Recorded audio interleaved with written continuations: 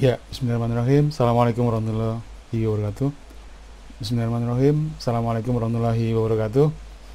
Selamat sore ya, teman-teman semua. Ini hujan-hujanan ya, kondisi hujan. Mungkin ada yang baru pulang kerja ya dan seterusnya. Tapi it's okay. Video perkuliahan ini juga saya rekam. Nanti kalau ada yang mungkin terlambat ataupun belum bisa mengikuti perkuliahan, bisa mengikuti dari video yang saya upload di YouTube ya. Ya, baik. Apa sih materi kita hari ini? Kalau pada pertemuan sebelumnya kita sudah membahas tentang sistem operasi. Jadi sekali lagi bahwa sistem operasi itu menentukan, ini ada banyak sekali sebenarnya pertanyaan berkaitan dengan sistem operasi dari teman-teman dulu, dari setiap kali mahasiswa semester 1 ketika mereka kuliah di informatika mesti mereka akan bingung, Pak, saya mau beli komputer, kira-kira komputer apa yang akan saya harusnya cocok untuk kuliah informatika. Kemudian, Pak, kira-kira ini diinstalnya kira-kira gimana, pakai sistem operasi apa ya, dan seterusnya. Tapi saya yakin bahwa mahasiswa zaman now ini pinter-pinter ya, apalagi kalau saya lihat dari data, ternyata kebanyakan dari SMK multimedia atau SMK TKJ ya. Wah, ini sudah ahli banget ya kalau untuk menginstal dan seterusnya. Cuman yang penting juga adalah berkaitan dengan update teknologi, kemudian juga konsep dasar dari sistem komputer ya. Ya, kalau dari segi hardware saya yakin, aku yakin lah ya, buat teman-teman mahasiswa ini pinter-pinter semua ya, pintar dan rajin menabung juga ya. Hemat dan rajin menabung. Baik, saya akan tampilkan slide presentasi saya berkaitan dengan materi kita pada hari ini, karena materi kita hari ini berkaitan dengan materi communicating digital content. Slide-slide sebelumnya saya sudah upload di e-learning ya. Saya ingatkan nanti teman-teman untuk kemudian juga masuk ke e-learning untuk absensi ya. Oke, baik, pertemuan-pertemuan sebelumnya juga saya sudah upload untuk materi maupun videonya. Baik, kita mulai dari apa sih yang akan kita bahas ya. Karena ini berkaitan dengan jaringan, maka kita akan coba untuk melihat beberapa teknologi ya yang mungkin belum pernah kita dengar sebelumnya. Ya, mungkin kalau seperti local area network, ya metropolitan area network, wide area network, itu saya kira itu sudah cukup umum ya. Bagaimana dengan beberapa teknologi ya, ultra wide misalkan ya, atau PAN di sini ya. Oke, baik. Kemudian juga kita akan bahas tentang beberapa jalur ya, konfigurasi ya, serta media ya. Oke, kita mulai dari komunikasi terlebih dahulu. Jadi komunikasi itu kan sebenarnya pada prinsipnya ada perangkat yang mengirimkan data ya, kemudian ada media yang digunakan untuk menyampaikan kiriman data tersebut ya, atau kurirnya, dan ada perangkat yang digunakan untuk menerima. Alat komunikasi apapun pada prinsipnya adalah adanya sending, transmission, and receiving ya. Jadi digital communications describe a process in which two or more computer or devices transfer data, instruction, and information. Jadi pada prinsipnya sebenarnya adalah ada dua atau lebih komputer atau peralatan yang mereka itu mengirimkan data ya, mengirimkan instruksi dan informasi. Jadi sama seperti sekarang ini ya, melalui komputer saya mengirimkan suara saya ya, saya mengirimkan slide presentasi saya, kemudian dikirimkan melalui internet ya. Transmisi medianya ya bisa kabel, bisa apa lagi yang lainnya ya, fiber optik ya. Kemudian nyampe ke provider ya, dari provider dikirimkan ke rumah Anda atau ke handphone Anda, dan Anda terima ya sebagai suara atau gambar ya. Itu konsep dasar dari digital communication ya. Jadi kalau pada konsep digital communication itu sebenarnya data yang dikirimkan adalah digital tentunya ya. Jadi kalau Anda nyalain radio atau televisi yang sekarang, pasti itu adalah analog ya, berupa gelombang radio maka itu sinyalnya analog ya. Oke, suaranya dan seterusnya. Tapi sekarang sudah muncul televisi digital, ada radio digital ya, yang semuanya serba digital. Ya, oke. Dan komunikasi yang dilakukan itu bukan hanya sebatas dari rumah di dalam satu kantor ya atau dalam satu kota, tapi sudah menyangkut komunikasi di seluruh dunia. Jadi sebenarnya ini adalah berkah. Mengapa berkah? Adanya sistem komputer dan teknologi informasi komunikasi menjadi berkah bagi kehidupan manusia. Coba bayangkan dengan adanya teknologi informasi dan komunikasi, kuliah bisa dilakukan dengan jarak jauh, tidak harus ke kelas. Apalagi kalau musim hujan seperti ini, biasanya jalan-jalan banjir, pulangnya malam gitu kan. Jadi pengalaman-pengalaman sebelum pandemi dulu, kalau mahasiswa itu biasanya paling banyak terlambat karena jalanan macet, ya banjir, ya apalagi kalau kemudian listrik mati gitu misalkan ya, mati lampu, waduh itu sudah ya oke. Itu biasanya Unitomo juga kampus itu jadi gelap ya gara-gara harus nyalain genset kemudian baru nyala kembali. Jadi kuliah dulu. Oke, maka berkahnya juga banyak. Anda kalau mau jualan tidak harus kemudian buka toko, ya tokonya mungkin berupa hanya gudang saja, tapi bisa ditaruh di Shopee, bisa ditaruh di Tokopedia, ya bisa ditaruh pakai GrabFood, ya. Jadi saya senang sekali, ada banyak sekali saya lihat kalau saya buka GrabFood itu orang-orang yang ternyata jarak 1 kilo dari rumah saya mereka jualan. Nah ini kan berkah kan, ya mereka nggak perlu kemana-mana, tapi kemudian ada orang yang bisa beli walaupun tidak pernah ketemu. Ya ini komunikasi. Kemudian komunikasi juga menjadi sangat murah. Ya jadi kalau saya telepon ke ibu saya pakai pulsa, ya itu bisa makan 10.000 gitu ya. Artinya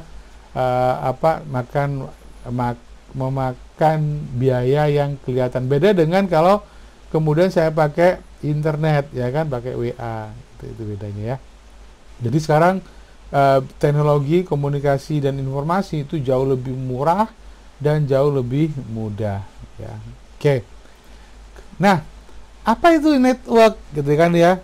Jadi seperti yang sudah kita pernah bahas sebelumnya bahwa network atau jaringan itu adalah sekumpulan komputer atau perangkat yang saling terhubung ya, kemudian ya connected together, saling terhubung melalui perangkat komunikasi dan media transmisi.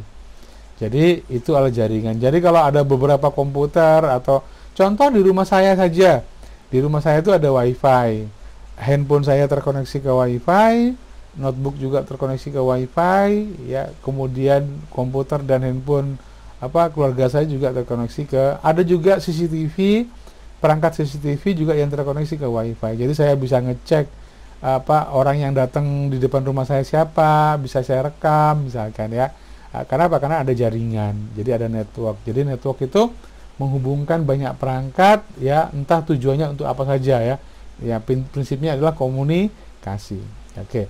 Kemudian apa keunggulan dari adanya jaringan? Ya, ini kan ya, advantages of a network include, ya di situ salah satunya adalah facilitating communication, ya pastinya berkaitan dengan kemampuan kita untuk bisa berkomunikasi dengan mudah. Ya, jadi kalau saya coba flashback ke tahun 90-an, orang kalau mau telepon ke luar kota, ya itu disebut sebagai interlokal. Dan biayanya antara saya telepon ke Jakarta dengan saya telepon ke Bandung itu beda. Ya karena ada jarak ya, dihitung juga jarak. Sekarang kalau Anda telepon pakai WA ya, pakai WhatsApp, Anda video call atau call ya, maka mau ke Amerika, mau ke Jakarta, mau ke Papua ya, selama pakai internet ya sama saja. Jadi karena kita selama Anda sudah berlangganan internet atau ada ketemu WiFi gratis, nongkrong di warung kopi misalkan ya, Anda bisa pakai telepon kemana saja. Itu kan komunikasinya ya luar biasa. Jadi dan komunikasinya bukan hanya komunikasi suara, bahkan sangat mudah dan murah sekarang komunikasi juga video. Ya, ke depan dengan adanya metaverse, mungkin Anda sudah dengar kalau Facebook ya, Mark Zuckerberg mengembangkan metaverse. Ya, gimana metaverse ya? Bayangkan kalau kemudian nanti suatu saat Anda akan melihat orang lain itu dalam bentuk 3 dimensi, seolah-olah kalau misalnya kita ngobrol, maka kita itu ngobrol seperti dalam sebuah ruangan ya. Kalau Anda misalkan bangku kuliah, maka seolah saya di depan Anda ya dalam bentuk wujud 3 dimensi, kemudian saya juga melihat Anda duduk di masing-masing kursi ya. Kenapa? Karena menggunakan teknologi yang namanya augmented reality dan virtual reality. Jadi ini gambaran dari ke depan ya, kalau Anda update teknologi, ada teknologi yang namanya augmented reality dan virtual reality. Nah, ini yang kemudian itu menjadi masa depan dari pendidikan, komunikasi ya. Itu akan jauh lebih menyenangkan dengan adanya virtual reality. Virtual reality sekarang sudah banyak dipakai di game ya, augmented juga ya. Jadi contohnya augmented reality itu mungkin kalau yang baru dengar istilah augmented reality, jadi augmented reality itu kalau Anda misalkan pakai kamera, kemudian lihat wajah Anda di kamera, loh kok ada kumisnya, padahal aslinya tidak. Nah, itu disebut sebagai augmented reality.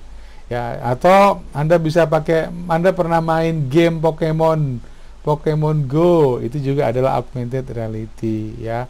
Atau kalau ada buku, Anda install juga, Anda bisa install di handphone Anda program-program augmented reality dari Google Play.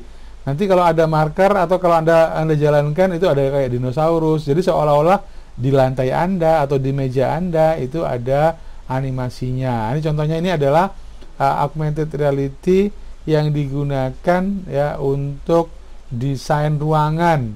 Seolah-olah di ruangan tersebut ada sofa atau ada meja atau ada kursi, tapi itu sebenarnya nggak ada. Kenapa? Karena itu cuma tampil di layar komputer kita saja atau di layar handphone kita saja. Ya, itu contoh dari augmented reality. Ya, oke. Ada juga virtual reality ya. Ya, virtual reality. Virtual reality yang mungkin Anda pernah lihat permainan seperti ini misalkan ya. Jadi seolah-olah orang sudah berada di sebuah dunia lain, dimensi virtual. Kemudian dia bisa pakai kaca semacam kayak Google gitu, kacamata. Kemudian ada sensor-sensor. Kalau misalkan dia ini digerakkan, maka di game pun atau di komputer pun akan digerakkan.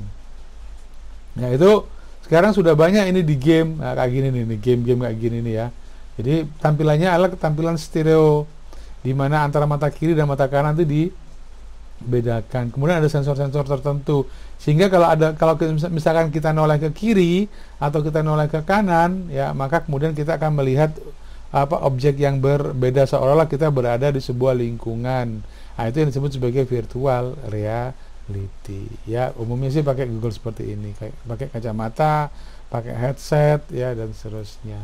Ini bentuknya seperti ini ya. Oke ya, itu dunia kita masa depan ya. Jadi jaringan internet, kemudian grafis dan seterusnya, itu luar biasa ya ke depannya.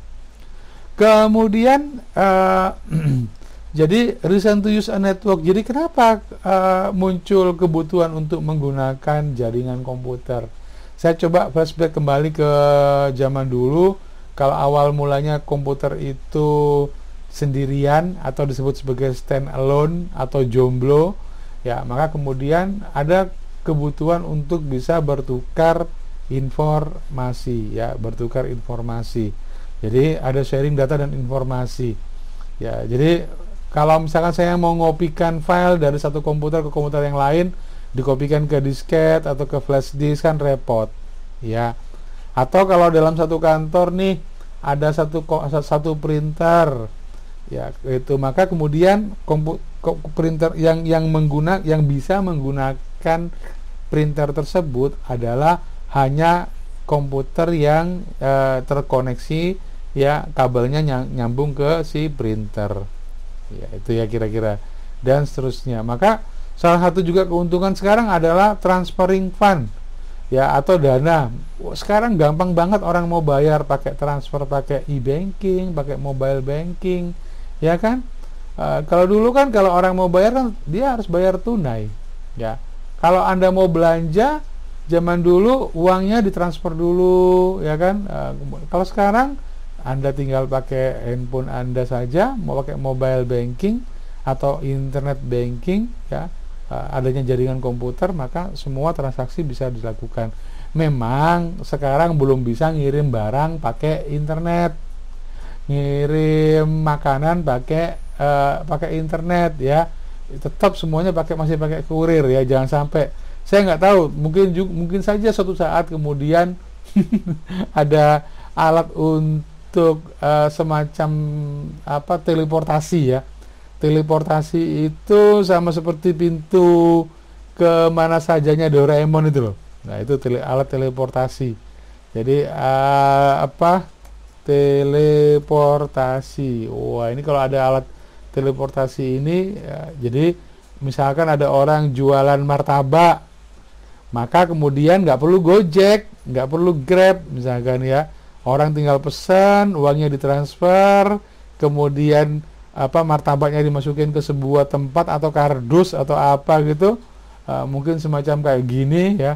Terus nanti langsung martabaknya diubah menjadi dalam bentuk energi ya, kemudian dalam bentuk data nggak tahu gimana caranya, kemudian materi menjadi energi ditransferkan, kemudian energi tersebut dikembalikan lagi ke dalam bentuk materi, jadilah martabak ya.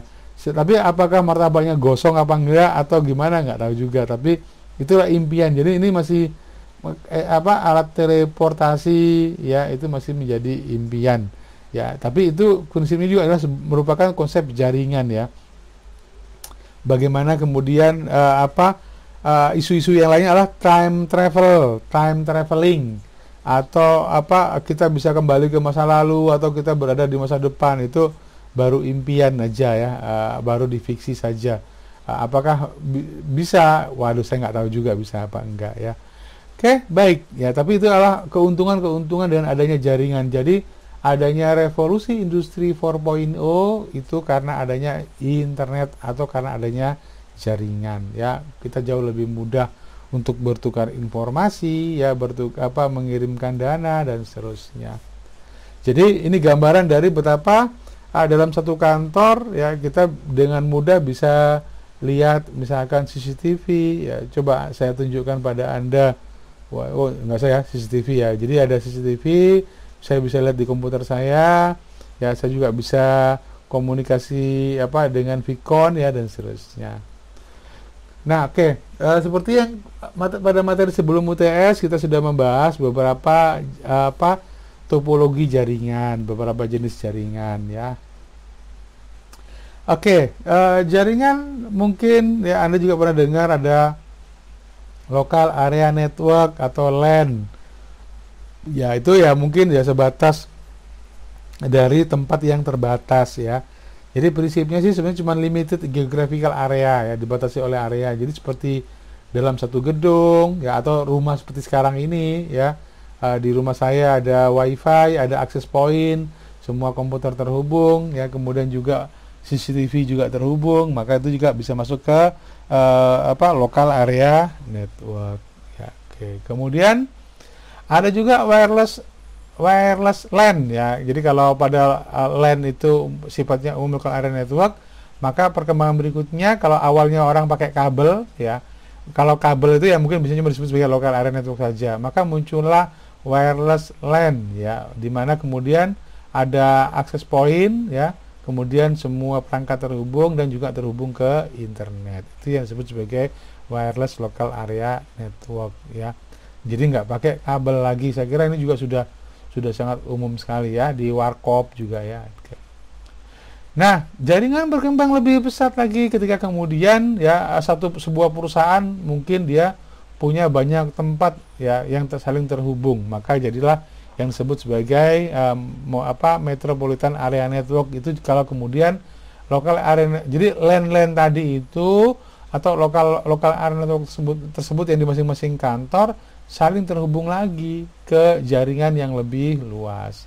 Misalkan mungkin Unitomo punya beberapa jaring lokal area network, kemudian itu saling terhubung karena Unitomo punya beberapa gedung ya yang terpisah ataupun tempatnya terpisah, maka kemudian itu bisa menjadi metropolitan area network.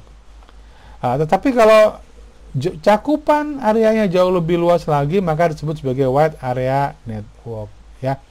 Oke, ini sebenarnya cuma pada masalah geografikalnya aja atau lokasi atau penempatannya saja.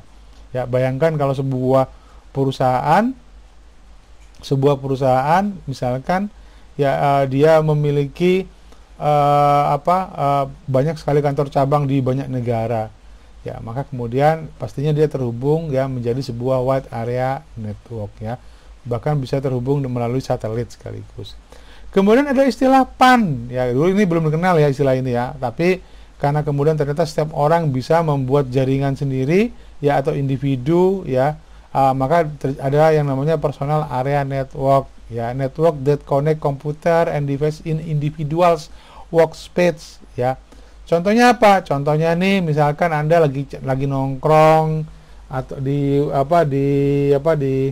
mana ya, di kafe misalkan. Wah, terus Anda nggak mau pakai internetnya kafe, Anda nyalain tethering handphone Anda nyalain tetheringnya, internetan, koneksi kemudian terhubunglah notebook Anda, kemudian iPad Anda misalkan ya, maka itu bisa disebut sebagai personal area network ya. Oke, ini kemudian secara konfigurasi ya, maka kemudian ada dua model arsitektur jaringan. Yang pertama dikenal dengan istilah client server network, dan yang kedua adalah peer-to-peer network. Kalau pada client server ada satu komputer yang dijadiin server, kemudian komputer-komputer yang lainnya itu disebut sebagai client ya. Contoh misalkan kalau di satu kantor nih ada komputer yang dia digunakan untuk menyimpan database. Transaksi semua disimpan di server di komputer tersebut. Kemudian komputer-komputer yang ada di kasir, komputer yang ada di yang lainnya ya, yang terhubung untuk transaksi misalkan, itu disebut sebagai komputer klien. Oke ya. Tetapi selain client server atau satu komputer yang melayani banyak komputer yang lain, maka ada juga yang sifatnya peer-to-peer network. Peer-to-peer network itu komputer yang dia itu terhubung ya satu sama lain, dan tidak ada yang kemudian dia dianggap sebagai server. Jadi misalkan komputer saya hubungkan ke handphone ya, kemudian saya bisa pakai Bluetooth untuk mengirimkan file atau mengirimkan data ya misalkan ya. Atau bisa juga saya pakai kabel dari handphone saya pakai kabel ke notebook saya untuk transfer data ya kan. Biasanya kalau Anda tancepin kabel dari handphone ke notebook akan ada tulisan apakah Anda akan transfer atau Anda cuma mau ngecas doang atau yang lainnya. Maka koneksi antara handphone dengan notebook itu disebut sebagai peer-to-peer network ya. Jadi satu komputer ke satu komputer yang lain atau satu peralatan ke satu peralatan yang lain ya. Itu gambaran dari konsep peer-to-peer. Oke. Kemudian ada banyak sekali software-software yang bisa digunakan untuk komunikasi ya, yang dia apa kira-kira fungsinya ya. Fungsinya ya pastinya adalah untuk menghubungkan. Jadi contoh adalah software yang kita gunakan untuk WhatsApp ini juga adalah sebenarnya adalah bagian dari internet juga ya, komunikasi juga. Ada juga nanti yang lainnya ya, beberapa software lagi yang lainnya itu juga adalah merupakan software untuk ya Skype misalkan ya, atau Zoom yang sekarang kita gunakan, itu juga adalah bagian dari komunikasi ya. Oke. Kemudian manage apa sih kira-kira fungsinya ya? Manage the transmission of data, instruction and information ya. Jadi Kenapa kok Zoom? Ya, kenapa kok Zoom ada Google Meet, ada Zoom misalkan ya, itu teknologi untuk transmisi data untuk percakapan misalkan ya. Masing-masing teknologinya itu berbeda. Ya, sementara ini sih orang lebih nyaman mungkin pakai Zoom. Tetapi Zoom berbayar. Kalau Anda pakai Zoom gratis, maka cuma bisa 45 menit. Setelah 45 menit akan putus secara otomatis. Ya, tapi kalau berbayar, maka akan ada langganan, biaya langganannya per tahun. Saya lupa berapa, sekitar 3 juta kalau saya per tahun ya. Untuk 100. Ada yang gratis Pak, pakai Google Meet. Ya, Google Meet itu gratis ya, cuman mungkin pengaturan ya, kemudian juga pengaturan seperti untuk siapa yang jadi co-host, siapa yang boleh ngomong, misalkan itu yang agak susah. Jadi masing-masing software untuk komunikasi itu memiliki fasilitas beda-beda ya. Oke. Kemudian sama sih sebenarnya seperti kalau misalnya kita berkomunikasi, maka pasti ada bahasa ya, pasti ada aturan. Maka kalau di dalam dunia komputer, bagaimana komputer itu atau perangkat itu bisa saling berkomunikasi, ya maka harus ada aturannya. Aturan itu disebut sebagai protokol, ya. Jadi ada Network Communication Standard and Protocol. Jadi contohnya misalkan nih, komputer saya mau ngirimkan data ke komputer lain, ya. Maka kemudian supaya bahasanya bisa sama-sama dipahami, maka ada kesepakatan. Kesepakatan itu yang disebut sebagai standar. Ya. Kemudian bagaimana aturannya? Misalkan aturannya adalah misalkan, oke, sebelum saya ngirimkan data, saya akan cek koneksi dulu. Saya akan say hello dulu. Hey, kamu siap apa enggak untuk dikirimin? Oke, aku siap. Maka kalau ada konfirmasi, ya, maka kemudian data akan dikirimkan. Setelah dikirimkan akan dicek lagi, data sudah lengkap atau enggak. Kalau enggak, ada yang error, maka kemudian data akan dikirim ulang. Ya, nanti di komunikasi di protokol itu ada sinkronus, ada asinkronus. Contohnya misalkan ada yang dia konfirmasi dulu dan ada yang enggak. Terus pokoknya tak kirim aja, terserah. Kamu mau nyampe apa enggak, pokoknya aku kirim. Ya, tapi ada juga yang dia itu konfirmasi dulu. Ya, seperti yang saya ilustrasikan ya. Kemudian teknologinya juga macam-macam, ada yang pakai kabel, ada yang pakai gelombang radio, ada yang pakai di sini ya kebanyakan fiber optik misalkan ya. Maka kemudian di sini ada macam-macam untuk protokolnya, yang untuk Ethernet misalkan token ring itu misalnya sama-sama dipakai biasanya di kabel ya. Walaupun kemudian kalau jadi ada istilah TCP/IP itu yang dipakai untuk aturan untuk di internet. Untuk ngirim di gelombang radio, WiFi juga beda-beda. Itu mengapa walaupun kemudian ada banyak komputer, maka kemudian WiFi access point-nya dia nggak salah dalam mengirimkan data.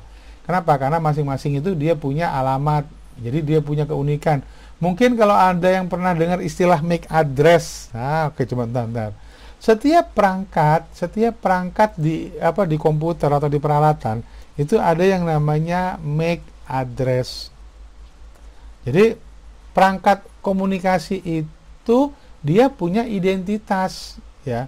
Tujuannya untuk apa? Supaya kemudian setiap perangkat itu bisa dibedakan. Jadi sebenarnya sih selain MAC address ada juga IP ya, atau alamat dari jaringan. Tetapi lupa gimana Pak kalau ada orang yang dia pakai handphone kemudian dia meneror seseorang, terus polisi bisa memastikan bahwa orang itu yang mengirimkan pesan ya. Jadi sekali lagi bahwa semua perangkat itu pasti ada MAC address-nya. Itu mengapa kemudian kalau sebuah handphone itu pernah dipakai misalnya untuk kejahatan misalkan ya, kemudian itu maka terdeteksi oleh polisi MAC address-nya apa, maka bisa saja kemudian itu. Jadi pertama mungkin akan dilacak IP-nya.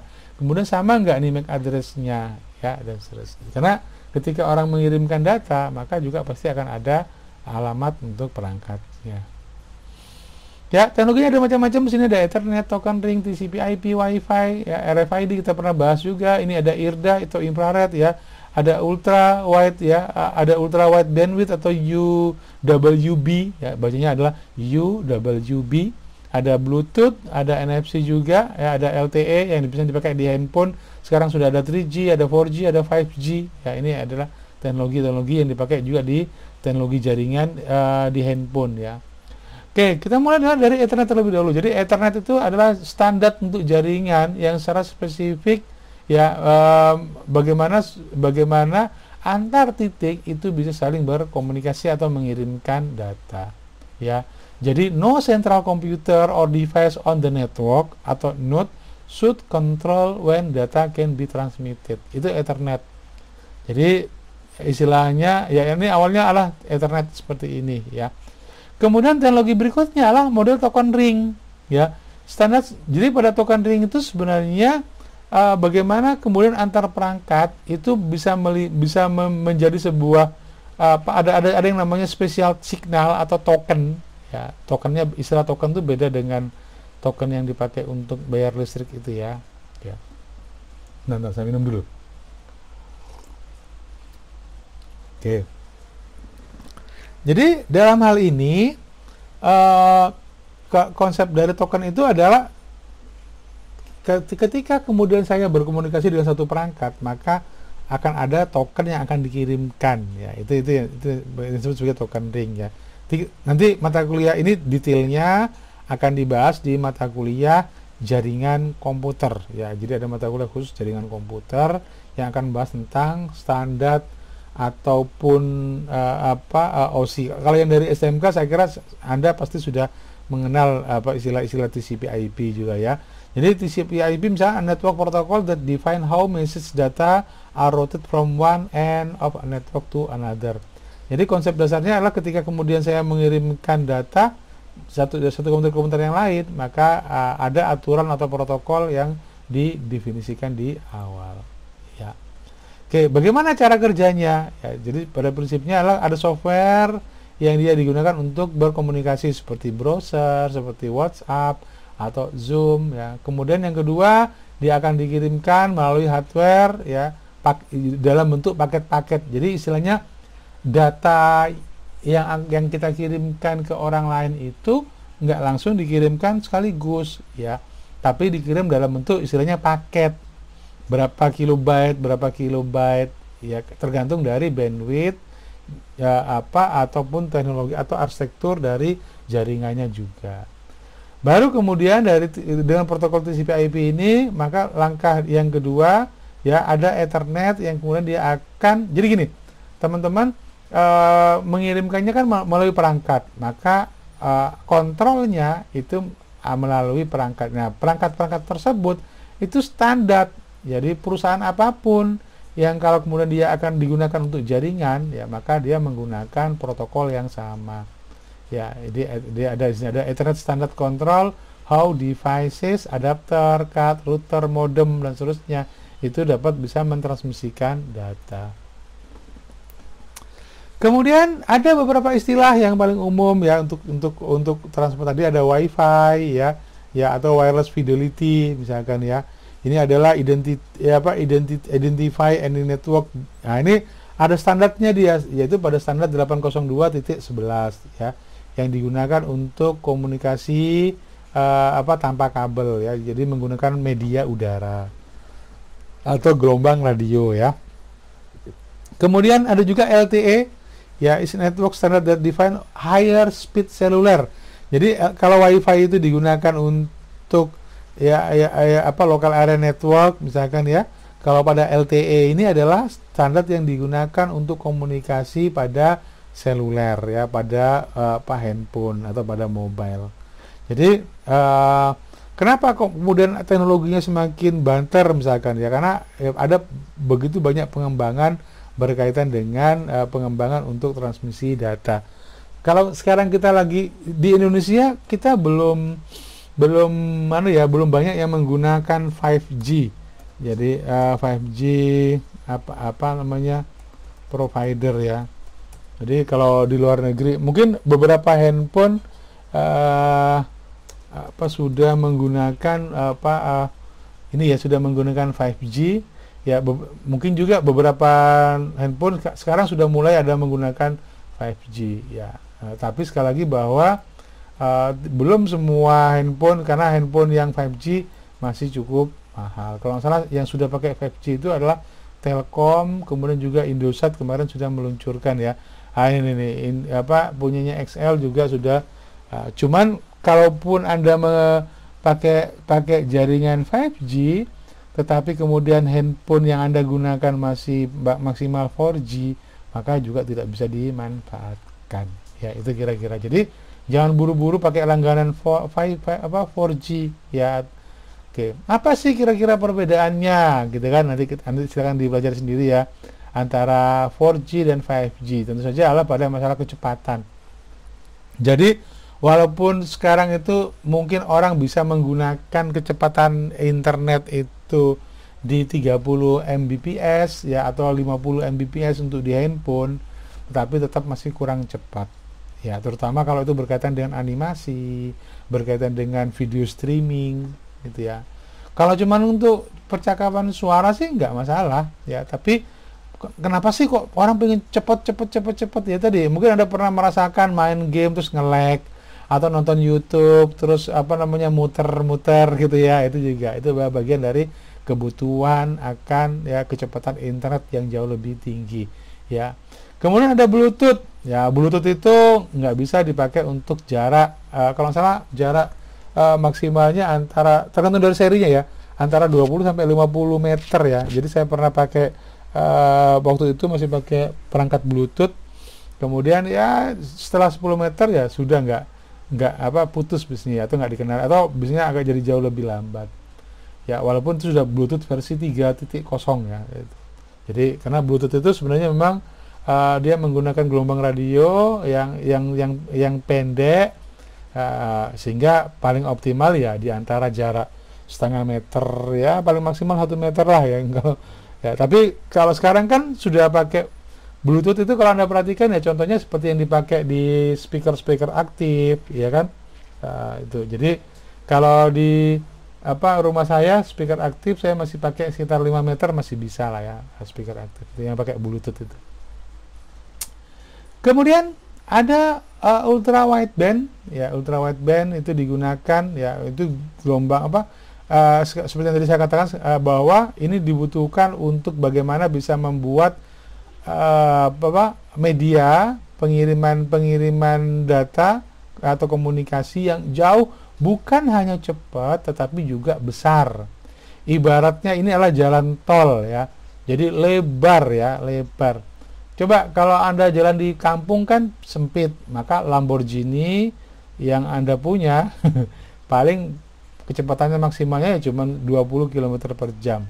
Ya 10-20 km per jam. Atau ada tulisannya maksimal 5 km per jam, ngebut benjut biasanya begitu kan. Nah, tetapi sekali lagi bahwa kecepatan ke depan ya, baik itu jalan raya ataupun kecepatan komunikasi, adalah bagaimana bisa mengirimkan data dengan cepat dan data yang sekaligus bisa banyak ya.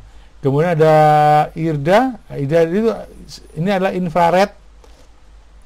Jarang sekali mungkin kita temui ya, tapi ini masih tetap digunakan di beberapa perangkat. Di handphone juga masih ada. Biasanya dipakai untuk remote ini ya, dipakai untuk remote ya. Infrared. Jadi kalau pakai IRDA ini pakai banyaknya IRDA ya.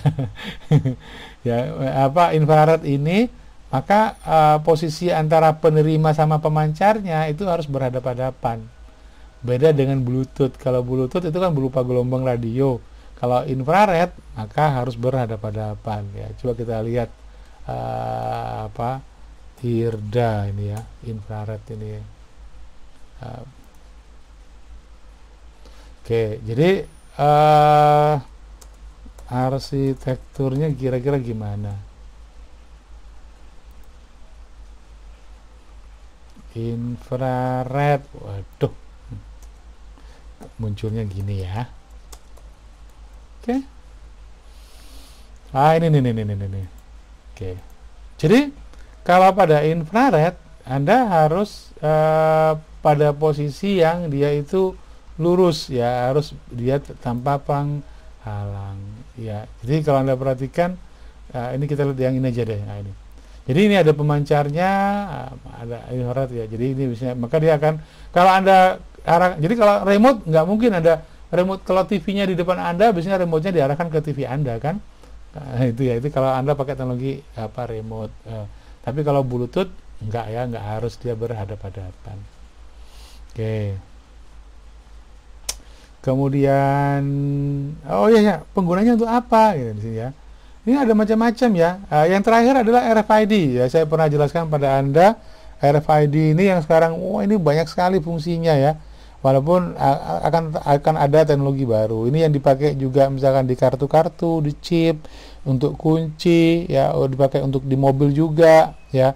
Beberapa mobil Anda nggak perlu pakai kunci tapi juga cukup pakai misalkan ada kunci RFID. Kalau ditempelkan atau didekatkan, dia akan dikenali dan terbuka ya. Ini atau kalau yang seperti pernah saya ceritakan pada Anda, RFID juga dipakai di pusat-pusat perbelanjaan ya, supaya kemudian barangnya nggak dicuri, atau dipasang di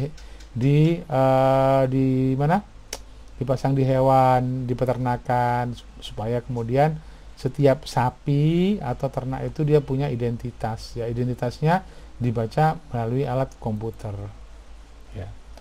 Ada juga kemudian ada RFID yang dipakai untuk pembayaran di tol ya. Jadi saya pernah terangkan pada Anda, kalau masih pakai kartu e-tol itu problem utamanya pakai NFC itu kadang-kadang agak susah untuk dibaca dan harus berhenti. Jadi kalau Anda masuk ke tol ya, maka kemudian Anda harus berhenti di pintu gerbangnya, tempelkan kartu e-tol Anda, gerbang akan terbuka, Anda bisa masuk. Tetapi kalau di yang model modern ya, di luar negeri sudah diterapkan, ada kamera yang dia membaca ya plat nomor dan mobil Anda, kemudian ketika Anda masuk ya, dia akan dibaca juga ya saldo Anda dan seterusnya. Karena apa? Karena kalau Anda tidak berlangganan dan seterusnya, Anda akan dicegat ya. Nanti ketika itu pintu masuk ya. Ketika di pintu keluar ya, maka ketika keluar Anda akan langsung, saldo Anda akan langsung terpotong secara otomatis tanpa harus berhenti, sehingga kecepatannya juga jauh lebih tinggi ya. Nih ada NFC yang kita juga pernah bahas ya, Near Field Communication ya, dimana kemudian sekali lagi bahwa kartu-kartu sekarang banyak juga yang sudah menggunakan NFC ya. Ini juga untuk pembayaran, bisa juga dipakai untuk untuk data, yaitu NFC. Atau juga dipakai untuk pengaman, contohnya misalnya dipakai untuk kartu akses masuk ke ruangan ya, itu juga bisa dipakai untuk Near Field Communication. Jadi hampir sama seperti RFID juga ya, dia menggunakan gelombang radio. Oke, kemudian kalau yang menggunakan kabel ya, istilahnya communication line atau jalur itu ada yang dedicated line yang dia pakai kabel, ada juga yang dia nggak pakai kabel atau dia pakai DSL. Contohnya kalau Anda berlangganan nih dari Indosat, Anda berlangganan ke kantor Anda, maka akan disediakan nanti sistem semacam kayak parabola gitu, yang dia akan ditembakkan point to point gitu ya. Atau ada pakai ISDN ya, kemudian juga ada protokol untuk FTTP ya, kemudian juga ada T-carrier dan ada asynchronous transfer ini ya. Oke, kita lihat sekarang. Apa sih perbedaannya dari media-media tersebut? Maka tentu saja adalah perbedaannya dari sisi instalasi, biaya instalasi, kemudahan instalasi, dan juga kecepatan. Kalau kita pakai gelombang radio ya, sangat mungkin kemudian dia terganggu ketika ada hujan badai misalkan ya. Kabel jauh lebih bisa tahan. Tapi kalau kabel itu problem utamanya adalah instalasinya, dia harus menggali tanah, atau di kabel itu tidak harus di tanah ya, bisa juga beberapa yang dia digantung menggunakan tiang ya, itu juga. Nah, maka kecepatannya beda-beda. Contohnya yang pakai kabel ya paling maksimal adalah 52 megabit per second ya. Yang pakai modem DSL misalkan ya bisa sampai 8,45 megabit per second.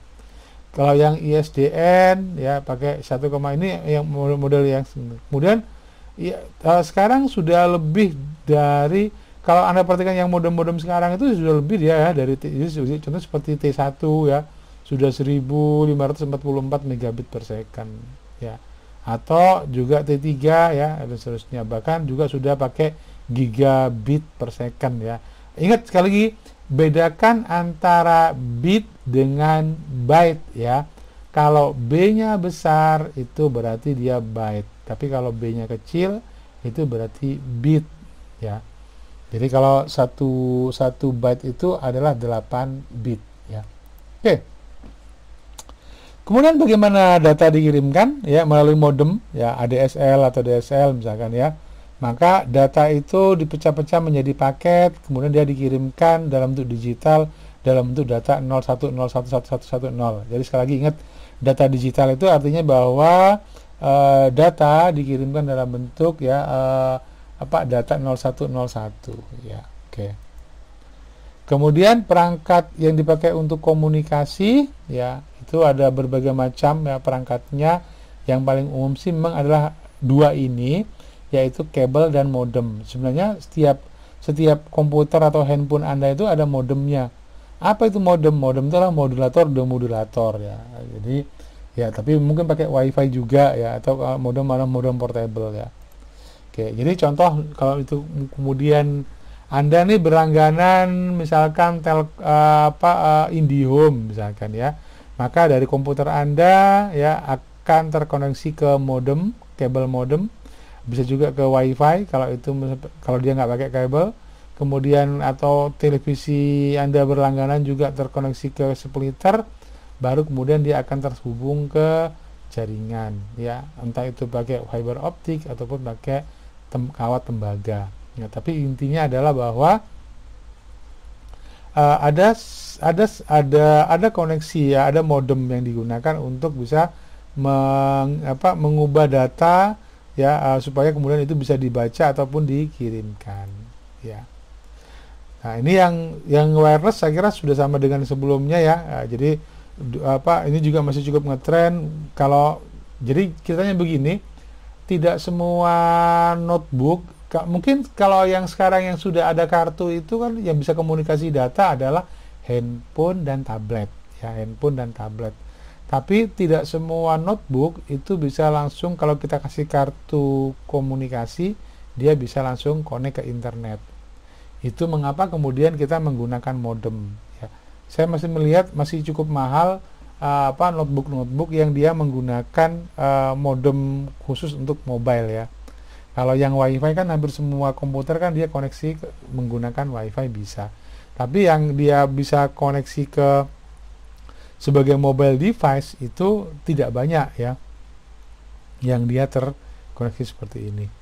Coba saya akan cari, ada nggak sih notebook ya, notebook atau laptop yang dia itu ada modem internal mobile ya. Ya, ini masih kebanyakan seperti ini. Saya nggak cari gambar. Jual laptop. Modem internal wireless wifi, jual laptop. Laptop internal modem. Wah, kali ini modemnya ya. Mobile, coba 4G. Laptop internal, coba. Dia ini enggak ya. Jadi sekali lagi bahwa jual produk modem laptop, tapi prinsipnya adalah apakah sudah ada laptop yang, karena saya lihat kebanyakan sih masih harus diinstalasi secara terpisah ya. Ini apa, ini hard disk ini ya, ini modem ya, modem laptop ini. Oke. Saya nyari laptopnya ya yang sudah ada. Apakah ini? Oh, enggak. Belum ya. Ini mereka masih pakai modem internal, ini masih ditancepin ya dan seterusnya. Oke, ya, jadi saya belum ketemu ya. Nanti mungkin coba saya cari lagi. Kira-kira ada nggak orang yang jualan notebook ya, tapi ya tinggal masukin kartu kartu handphone, maka sudah bisa langsung digunakan ya. Oke. Nggak pakai modem tambahan lagi. Oke, kemudian juga ada wireless access point ya, disebut sebagai WAP ya. Jadi Pak, kalau di kantor saya itu mau supaya bisa main game bareng-bareng, wah, atau internetan bareng-bareng, kira-kira gimana Pak? Bisa ada wifi-nya Pak? Maka alatnya kita bisa pakai wireless access point atau WAP ini kan. Jadi dengan WAP ini Anda ada macam-macam ya. Coba WAP wireless harga. Oke, ini alat-alatnya seperti ini ya. Jadi macam-macam bentuknya. Kebanyakan sih ya kalau di warnet atau di warung kopi ya. Ya biasanya sih ya seperti ini ya, access point seperti ini. Berapa harganya? Kita lihat ya. Harganya sih macam-macam ya. Ada tergantung dari produsennya juga, seperti Microtech ya, atau merek lagi yang lainnya. Ini punyanya siapa ini? Ini dia sudah LTE. Jadi harganya pun bisa sampai jutaan ya. Ada juga yang murah ya, tergantung dari dia bisa menghandle berapa banyak dan berapa kecepatannya. Oke, kemudian kita masuk lagi ke bahasan berikutnya. Ya ini ya, jadi ada router, kemudian ada modem ya. Jadi router itu dia yang menghubungkan. Jadi ingat baik-baik istilah-istilahnya ya. Jadi saya sih berharap setiap kali ada istilah baru Anda catat, Anda ingat baik-baik kira-kira apa sih maksudnya. Dulu ada istilah hub ya, ada istilah hub yang sebagai penghubung, kemudian ada istilah router ya, ada data router ya. Kemudian router dia menghubungkan komputer-komputer tersebut untuk bisa terkoneksi. Nah, kemudian dia baru terkoneksi ke modem. Jadi ada beberapa perangkat yang sih. Tapi kalau di sekarang ini saya kira perangkatnya sudah jadi satu ya. Ya, modem sekaligus router. Jadi kalau yang saya langganan punyanya MyRepublic, maka modem saya sekaligus juga adalah access point atau router. Oke. Ya, ini atau kalau yang router yang fungsional ya Anda bisa beli yang broadband wireless router. Ya, ini yang tadi PAN itu ya, personal tadi itu ya. Jadi sifatnya Anda bisa membuat semacam jaringan personal. Kalau di PC ya atau di desktop biasanya alatnya seperti ini. Ya, ini tinggal ditancepin ke motherboard, kemudian dia pakai kabel. Jadi ini adalah yang sifatnya dia pakai kabel ya. Ini biasanya pakai RJ45. Jadi ada konektornya itu disebut sebagai RJ45 ya. Kemudian istilah hub juga ya, atau switch juga bisa digunakan ya, selain tadi berkaitan dengan istilah yang router tadi ya, prinsipnya sama, yaitu dia kemudian dia menghubungkan berbagai macam peralatan. Misalkan ini saya punya jaringan local area network, maka bagaimana mereka bisa saling terhubung? Maka dia bisa menggunakan hub atau switch seperti ini ya. Jadi kalau ada banyak jaringan, misalkan, kenapa? Karena switch atau hub itu dia ada batas maksimalnya. Kalau tidak salah yang ada sih sekitar 16 atau 32 ya. 32 itu udah banyak banget ya. Tapi kebanyakan sih perusahaan dia pakai 16 ini loh. 16 colokan gini loh, 16 lubang-lubang gini. Jadi kalau Pak, saya punya 60 komputer, kira-kira saya butuh berapa hub? Nah, maka tinggal dilihat. Kalau satu hub itu Anda beli yang bisa isinya 16, maka perhatikan 16 itu berarti cuma bisa terisi 15 ya. Karena satu lubangnya dipakai untuk connect ke hub yang lainnya atau ke switch yang lainnya. Kemudian yang sangat menarik adalah home network ya. Kalau dulu itu jaringan itu cuma ada di kantor-kantor, maka sekarang di rumah pun sudah ada jaringan. Hanya pertanyaannya adalah kalau Anda meletakkan access point ya, wireless access point tersebut di rumah, kira-kira di tempat mana yang kira-kira bisa dijangkau oleh semuanya? Jadi di rumah saya itu ada 3 kamar ya, saya taruh di ruang tamu, kemudian ke belakang itu bisa sinyalnya, akses point saya masih cukup kuat sampai sekitar 7 meter ya, 7-8 meter masih kuat. Tapi kalau yang ke depan 7 meter ke depan itu sudah nggak ada. Jadi sebaiknya memang supaya nggak dibajak oleh orang lain, maka sinyalnya juga nggak boleh terlalu kuat. Ya cukup yang kira-kira di rumah kuat aja. Ya.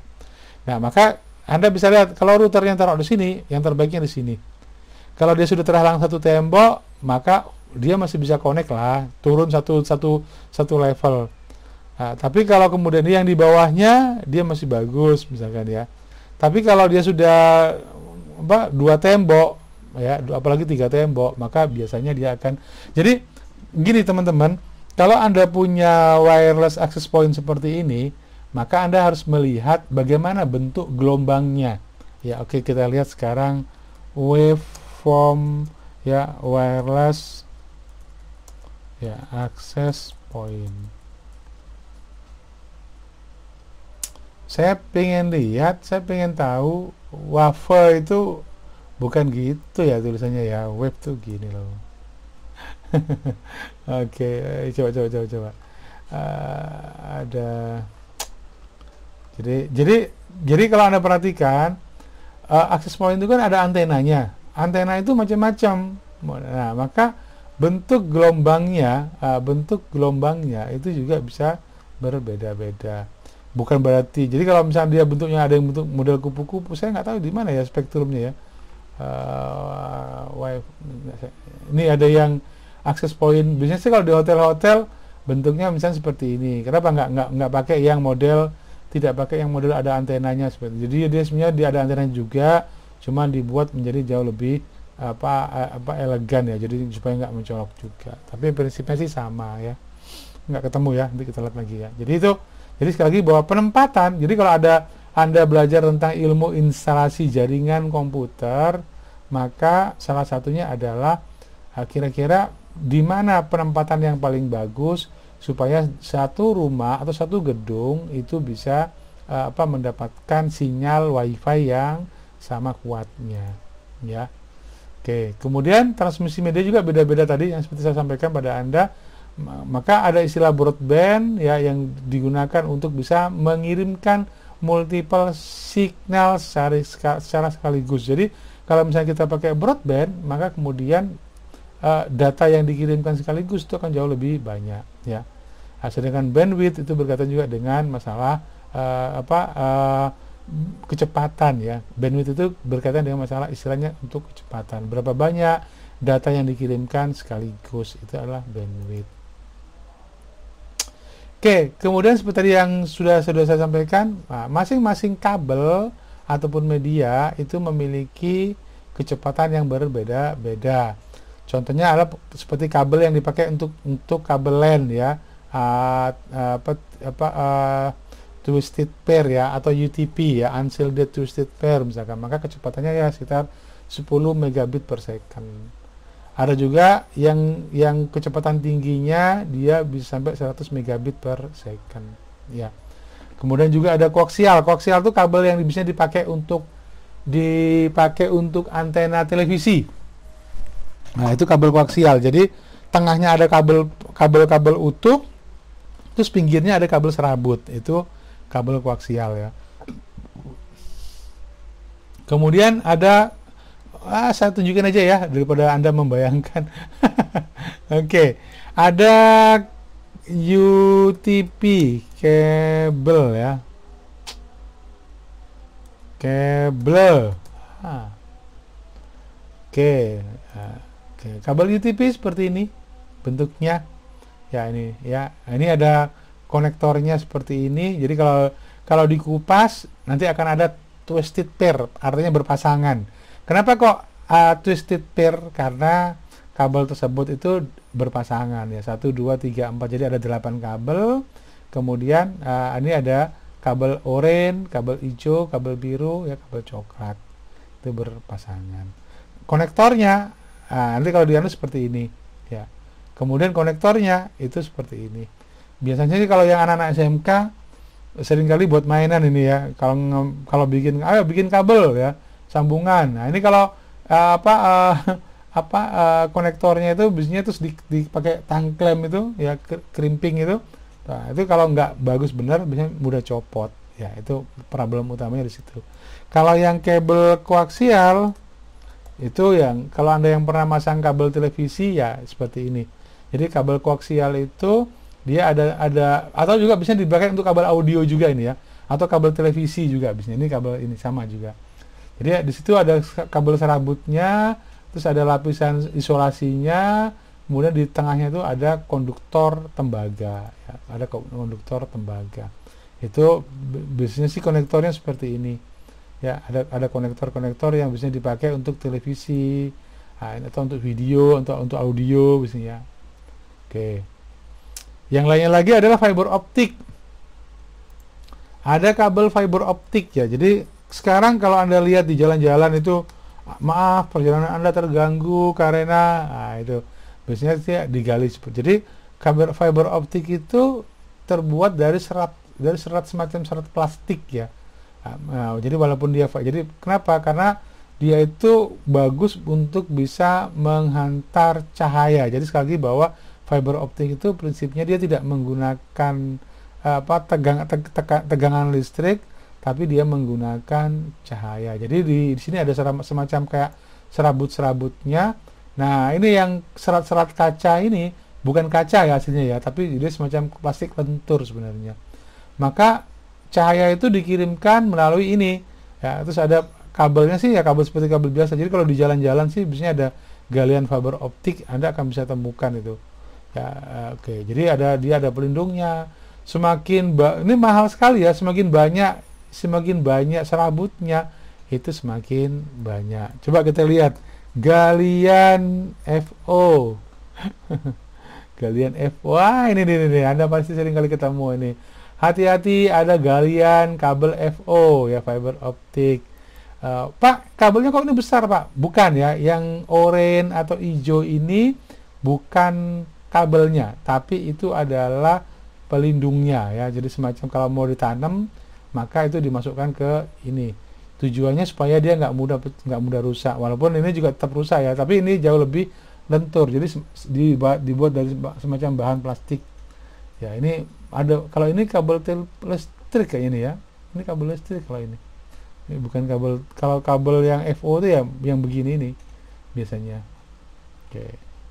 Ya, baik itu ya. Jadi kalau ada galian di jalan ya itu ya. Oke, ya, kemudian itu twisted pair tadi ya, kemudian juga ada kabel koaksial, ada fiber optik yang tadi berupa serabut ya. Sekarang sudah jaringan jadi tapi ini alatnya masih sangat mahal ya. Alat untuk bisa menyambung, kalau cuman alat untuk bikin kabel ini sih murah. Kalau yang ini, yang fiber optik mahal sekali. Kemudian media-media tersebut juga gelombang-gelombang radio yang wireless itu dia punya kecepatan yang beda-beda ya. Infrared itu kecil banget, dia cuma 4 megabit per second. Itu mengapa infrared tidak digunakan untuk mengirimkan data banyak ya. Paling hanya dipakai untuk alat remote control saja. Sedangkan kalau 3G, 4G, 5G dia sudah sampai pada giga ya. 100 Mbps, 10 giga ya. Oke, kita lihat sekarang 5G. Kecepatan 5G itu berapa? Kecepatan 5G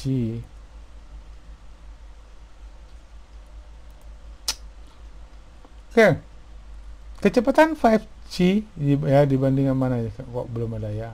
Oke. Wah, Indosat menguji kecepatan 5G-nya ya Surabaya ini ya, lokasi kecepatan ini bisa sampai berapa? 511,6 ya Mbps ya. Ini kalau ini ya. Nah, ini jadi waktu itu memang sempat ada yang bisa sampai 1 tera ya. Wah, ini kecepatannya ya. Kira-kira seperti itu. Ya, tapi prinsip dasarnya adalah ya ini masih uji coba. Ada yang sampai ini kalau dilihat dari smartphone 8, ini 5G-nya smartphone misalkan ya. 8,7 gigabit per second ya. Tapi tentu saja ya ini adalah kecepatan secara umum ya. Kalau dipakai sih kira-kira berapa misalkan ya bisa sampai 1,85 itu sampai udah bagus banget ya kalau itu. Kenapa? Karena tergantung dari perangkatnya juga ya. Perangkatnya kira-kira pakai apa gitu ya. Ya, oke, itu broadcast radio saya kira ya, seluler, kemudian juga ini microwave. Kalau Anda lihat ada tower-tower, ada kayak gendang-gendang ada kayak gendang. Nah ini contoh, kalau ada yang pernah datang ke Selat Madura, di Perak itu ada semacam tower yang seperti ini di pelabuhan, terus di seberangnya itu di ujung Kamal dekatnya kantor Telkom itu juga ada yang seperti ini. Jadi komunikasi antara, jadi dulu kan karena untuk kabel dari Surabaya ke Madura itu kan repot kan untuk telepon kan. Bayangkan, wah kalau kabel-kabel bawah laut itu seringkali putus ya. Maka kemudian dulu selain pakai kabel ya, maka juga menggunakan model microwave seperti ini. Jadi dari point to point ditembakkan ya, kemudian dia baru bisa itu konsepnya begitu ya. Jadi microwave itu bukan hanya yang dipakai di oven itu ya, tapi juga di microwave itu dipakai juga di gelombang seperti ini. Jadi dia cukup jarak jauh ditembakkan, diterima sinyalnya, terus diperkuat ya. Sehingga telepon atau yang lainnya itu menggunakan konsep seperti ini. Sedangkan wireless lagi yang lainnya adalah menggunakan model satelit. Nah, kalau Anda pakai telepon satelit, jadi kebanyakan sih kalau orang-orang pertambangan atau orang-orang yang lapangan ya, karena tidak bisa pakai handphone, mereka bisa menggunakan telepon satelit ya. Jadi telepon satelit. Jadi mereka nggak lagi pakai BTS ya, tapi menggunakan telepon satelit. Jadi para mafia para mafia kejahatan juga mereka pakai telepon satelit ya. Jadi ini biasanya modelnya begini nih kalau telepon satelit. Jadi ada antenanya, kemudian dia ini kalau yang ini langganan ya. Jadi Pak, kalau saya mau pakai telepon satelit karena saya tuh seringkali di tengah laut atau saya seringkali naik gunung misalkan, maka kemudian gimana dong Pak? Maka untuk telepon satelit sih umumnya ya ini ya seperti ini ya. Jadi ini berapa sih harganya? Saya tunjukkan ya. Telepon satelit itu harganya 21 juta ya, 21 juta.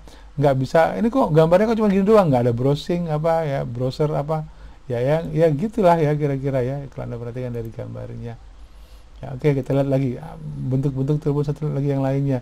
Dulu sih yang ini ada juga beberapa telepon satelit yang sudah gambar ya, tapi pada umumnya memang telepon satelit itu lebih banyak dipakai untuk GPS ya, untuk komunikasi sinyal misalkan ya. Ini nih yang paling banyak digunakan ya, ini ya. Jadi kalau orang-orang lapangan, tim SAR misalkan ya, dia menggunakan telepon satelit. Dan berapa biaya langganan untuk telepon satelit? Nah, biaya langganan telepon satelit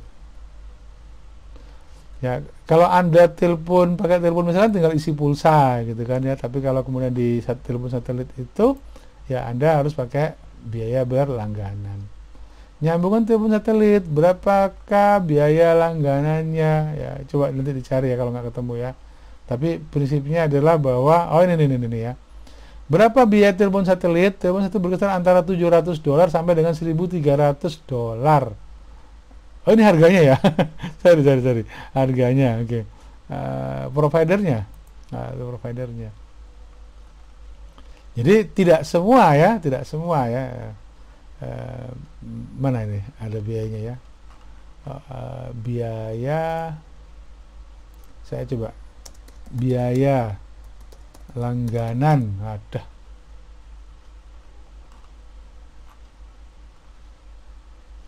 Ayo, oke, mana ini? Ini baru handphone. Coba ini. Oh, ini internet connect ya, bukan ya? Ini harga.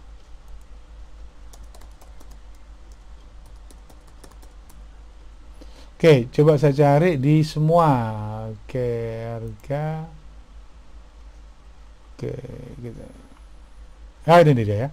Telepon satelit, oke, berapa langganannya?